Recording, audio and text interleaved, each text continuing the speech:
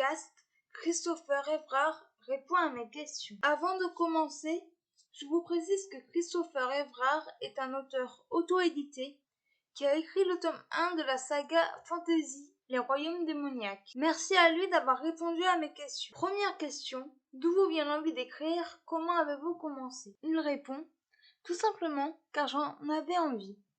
La première histoire que j'ai écrite, je devais avoir entre 9 et 10 ans. C'était un mélange entre Indiana Jones et quelque chose comme le Club des 5. Des jeunes aventuriers qui allaient dans un temple Inca ou Maya, avec des pièges à serpents et des dalles de pression, tu vois le genre. Ensuite, je me suis mis à écrire sur des univers que j'aimais bien, notamment Warhammer, des histoires d'armées et autres, mais aussi de la poésie.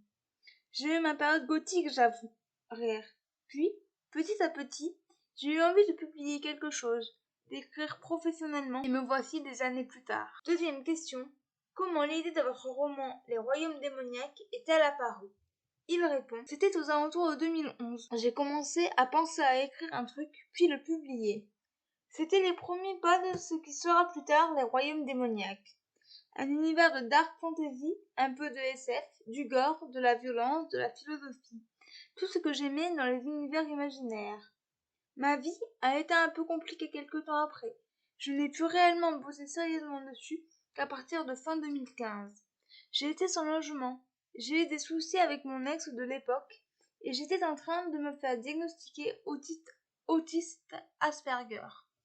Lorsque j'ai eu mon logement en septembre 2015, puis quelque temps après ma pension, ça a été beaucoup mieux et j'ai pu me mettre sur mon projet littéraire à temps plein. Troisième question, vous lancez un projet Ulule, pouvez-vous nous en dire plus? Comment cette idée est-elle venue?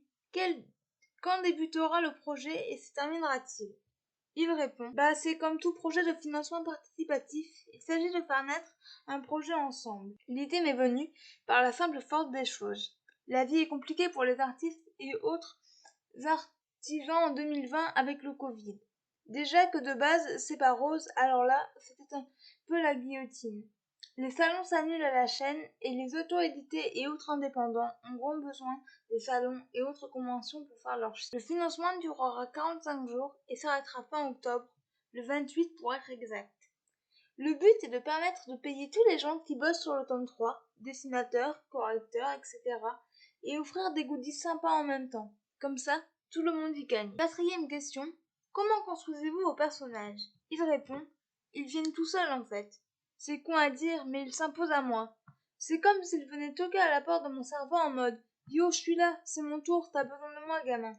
Je réfléchis quand même à porter utile, valide, nécessaire, si cela a du sens.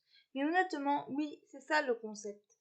Après, je peux farfouiller, développer, changer quelques petits traits, etc.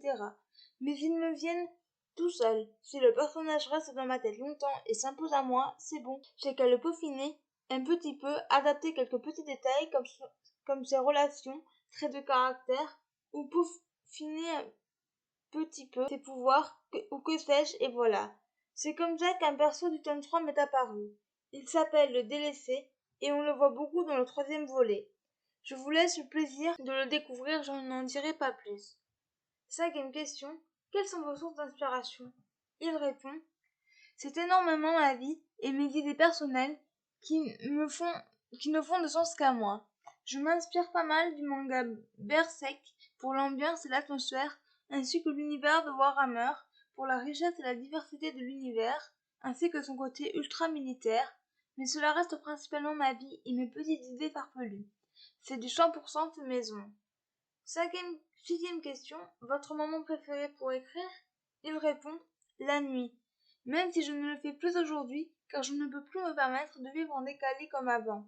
Le soir, l'obscurité, la lumière de la lune, la fraîcheur et le calme de la nuit, j'aime trop. Aujourd'hui, malheureusement, je dois suivre un horaire, donc en général, c'est le matin et l'après-midi.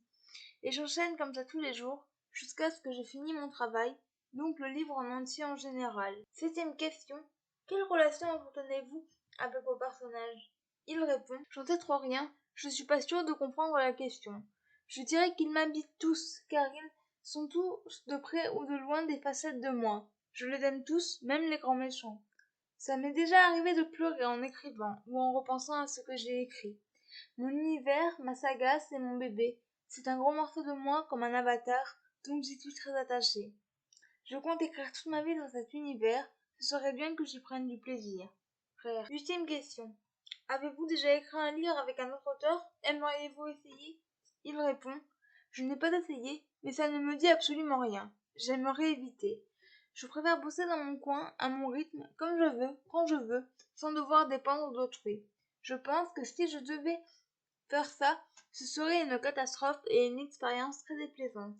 Je préfère travailler en solitaire. 9e question. Avez-vous des projets d'écriture en ce moment? Il répond, le tome 4 me démange. Je pense que je vais bientôt m'y mettre. 10e question. Quel est votre endroit préféré pour écrire? Il répond, devant mon PC, comme toujours. Si possible, quand il ne fait pas trop chaud et avec de quoi fumer. 11e question. Quelles sont vos passions? Il répond, la musique. Principalement le métal extrême, mais j'aime la musique en général, peu importe le style. C'est juste que le métal extrême est quelque chose qui résonne plus que tout en moi. Sinon, la philosophie, la psychologie, la sociologie, la politique et les univers imaginaires, aussi connus sous le nom de trucs geeks. Livres, séries, films, comics, jeux en tout genre. 12e question. Votre signe astrologie. Taureau pour l'européen, dragon pour le chinois. 13e question. Si vous étiez une capitale mondiale, quelle serait-elle? Il répond Moscou ou alors Oslo. J'aime pas mal la Russie et la Norvège, que ce soit en termes de météo ou en termes de culture. 14e question. Votre plat préféré? Il répond Ah, j'aime trop la bouffe. En tant que Belge, je suis obligée de dire des frites.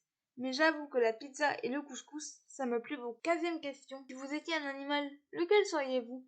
Il répond un stégosaure, parce que les dinos, c'est trop bien. 16e question. Êtes-vous plutôt plat salé ou sucré? Il répond je dirais joker, car si je peux choisir, je dirais sucré-salé. J'aime beaucoup ce mélange de saveurs. 17e question. Thé ou café? Il répond thé. 18e et dernière question.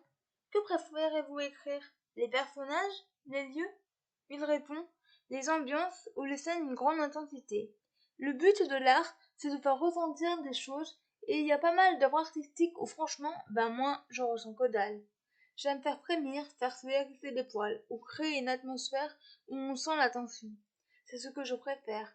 Pour ça, il faut des persos et des lieux, mais en général aussi un enjeu. Et il rajoute j'espère que mes réponses vous plairont et vous auront appris un peu plus sur moi et mon œuvre. Voilà, c'en est tout pour ce podcast. J'espère qu'il vous aura plu.